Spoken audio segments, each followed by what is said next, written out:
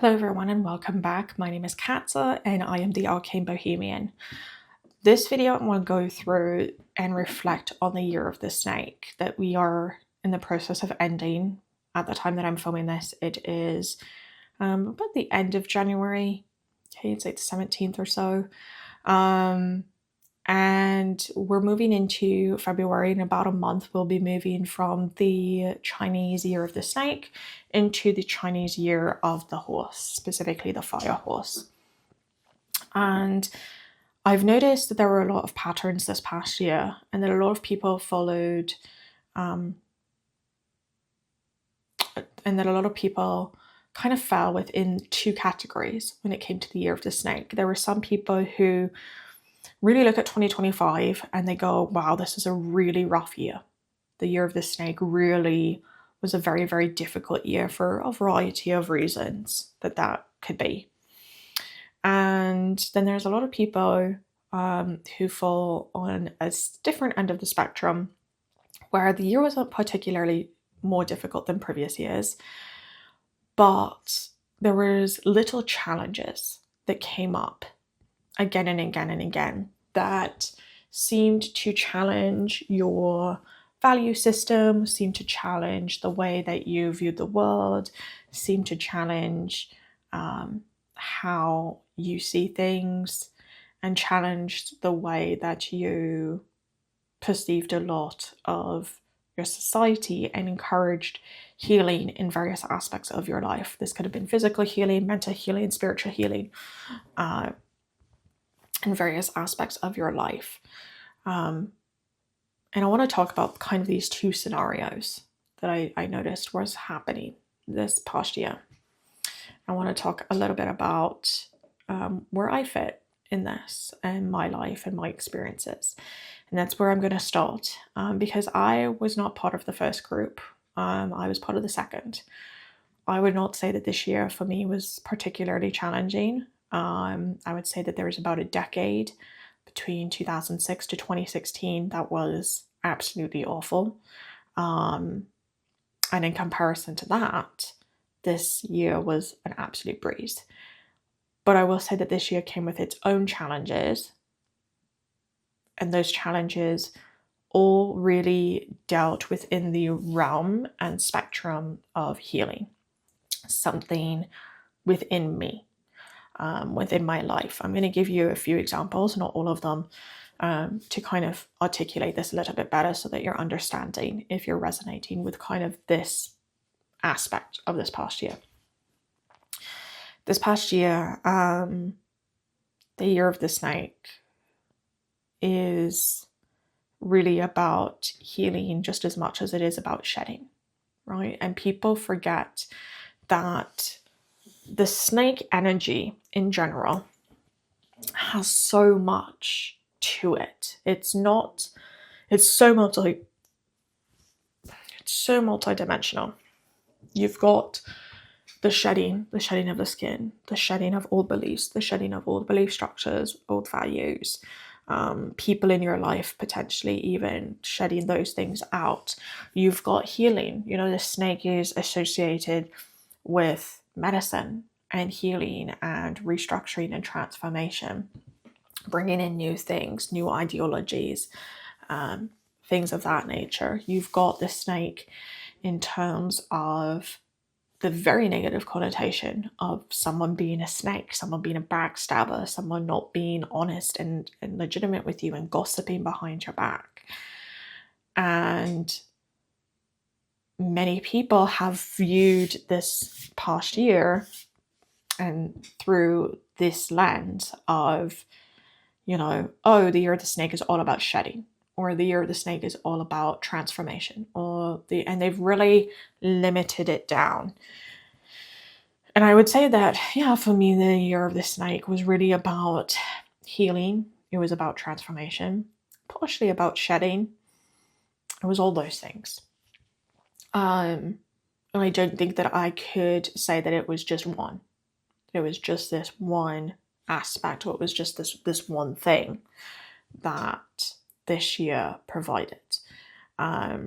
This year really had me reevaluate my business, what I wanted to provide to people, the healing that I wanted to provide to them, and how I wanted that to look. It really challenged my value system. And towards the end of this past 2025, I restructured and became very much aware of my value system. And I'll have another video about that coming out as well, about what that means and how I went about that. This year was also very much about, ensuring that people who were not there for the highest and greatest good of me no longer coming into 2026 with me. It ensured that I was coming in to this next year with as much of the strongest people, most supportive people, most value aligned people that I could. And the ones that still have to stick around, either because they're family members or they're my partner's family members or they're co-workers of my partner, employees, whatever the situation might be, they don't have any control over me anymore. I don't have those people-pleasing tendencies anymore. I healed a lot of the people-pleasing tendencies this past year. And so there were definite challenges that came about, but it was not really a tower moment situation. Which brings me into this other group of people. And I will say that there's a lot of people who I find were in this first category that I talk to, clients of mine, people even that I know, friends, acquaintances of mine, really were in this first category of, in tarot, there's the Tower card, and they very much had a tower moment. They felt like their lives were really just crumbling around them. That the goals they had, they now were no longer able to reach for whatever reason, that they were having financial issues, that their housing situation was no longer what it is, relationships fell apart, marriages fell apart. So a number of people I know that got divorced within the past year. These structures fell apart, and it was a very tumultuous year for them. And it really speaks to the duality of these two groups. And I think that when you look at the resilience factor in these two groups, I found that, and I'm not saying this in a way that is demeaning to anyone, I'm just saying this in a very factual sense. The group of people that tended to have the more healing type of year had already had their tower moments, had already had their lives be destroyed potentially multiple times in their lifetime. And they had already had those moments, those tower moments. They've already gone through them quite significantly, and they've built that resilience already. They built that resilience up already. And so this year for them wasn't needing to be about that resilience and their life falling apart, because they've already done that. So this year was really focused on taking the things that you thought you healed, or the aspects that you needed to heal in order to become the best version, most empowered version of yourself, to move in to 2026, into the year of the horse, and to make the most of that and make the most of that energy. The year of the snake was really less about destruction and removing of things that were not serving you, and was far more about healing the little things that you might have put on the back burner, those people-pleasing tendencies, caring what other people think, having to get validation from people to do XYZ project, having the guts to quit the job or the project that you were working on and start something anew and shift things over, shift things around. That all was really within the past year. And then people who were privileged enough, in a sense, to not have needed up until this past year to go through these tower moments within their lives. This past year really hit them hard. This past year really brought forth that all these things that you were trying to control, that you thought you had, that were stable, it really brought to the forefront how unstable things can be, how unstable your relationships can be, how unstable your financial foundations or your job or career, how unstable those can be. And it really challenged that first group of people who had that more tower moment to become more flexible, to understand that you can't control all of these aspects. And the second group of people, the reason that they didn't have that is because they already have learned that. They already learned that lesson in previous years. And so they didn't need that lesson this year. But I did find that there was a huge collective this past snake year that really needed to have that.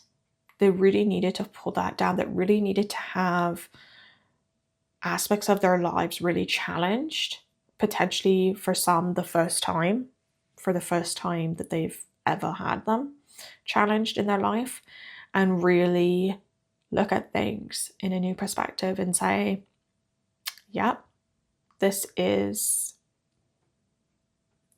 good, or nope, this is not going to hold, and I'm not able to move forward within this aspect.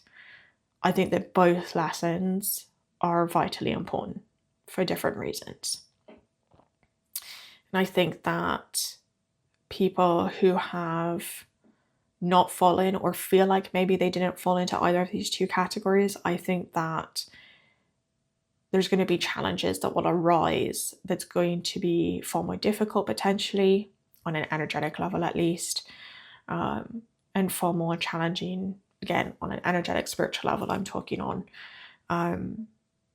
than perhaps it would have been if they had relinquished a little bit of control over the past year and allowed the card tower to fall and allowed it to crumble underneath them.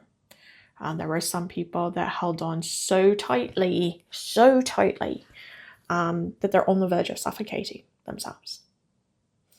I think that this year, coming up, the year of the fire horse, is going to be the challenge of, are you going to suffocate in the smoke of the fire? Did you hold on so tightly to things that are no longer serving you in the year of the snake that the year of the fire horse is going to force you to suffocate to some extent in its smoke? And so for some people, the year of the fire horse is going to be really easy. And I use that term very liberally, okay? Doesn't mean you're not going to have challenges, but it's going to seem, compared to the previous year, it's going to seem like absolute breeze. And for some people, the people who held on so tightly, I'm not going to change, this is what I do, this is what I believe, and really dug their heels in through every challenge that they faced throughout the year of the snake, the year of the fire horse is going to challenge them to an extent even further to say, hey, are you actually going to let go of that stuff that you're trying so hard to bring in? And especially the start. I think the first 2 to 3 months into February over to the end of April, early May, you're going to really see this come through of, are you really going to be that stubborn to go and to bring all that through?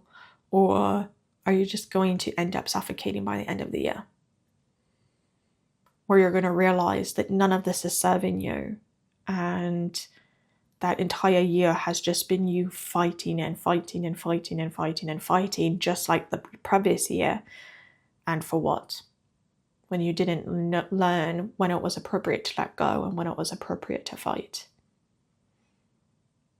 And I think there's a lot of lessons that can be brought from the year of the snake. There's definitely a lot of lessons from me that came from the year of the snake regarding people I trust, people I don't trust, how much I say to people, what I don't say to people, who I confide in, who I refuse to confide in. There's a lot of different aspects that definitely took part over the past year, right? And for every single person that's going to watch this, those lessons and teachings is going to be something different. Where I place my energy now is a lot more intentional than it was at the start of the year of the snake, for sure. It's a lot more intentional where I place my energy and how much of my energy someone who doesn't align with me and someone who doesn't align with my values gets access to?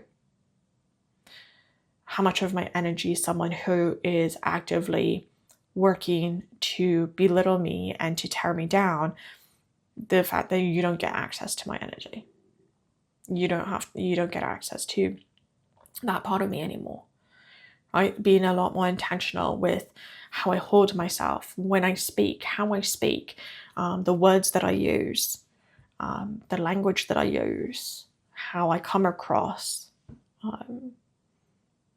All of those things are things that I've learned over the past year that I'm working to bring into the year of the horse for me personally. And again, for you, it's going to be a lot different depending on what it was that you personally went through.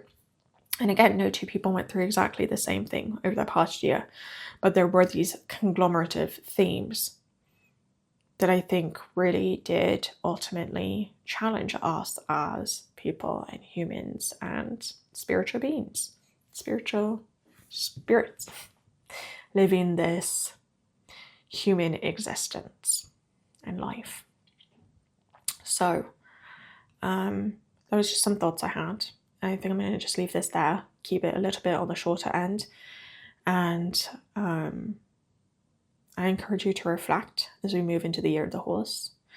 I encourage you to reflect on what it was you've done or have not done, improvements you hope to make a goal list maybe, things that you want done, a realistic goal list, something that is tangible that you can do, and walk into the next year, the next lunar year, Chinese lunar year, with intention on an energetic level, on a spiritual level, and set that intention of what it is you want to do with that energy and what it is you wish to manifest and where it is you wish to go. Till next time.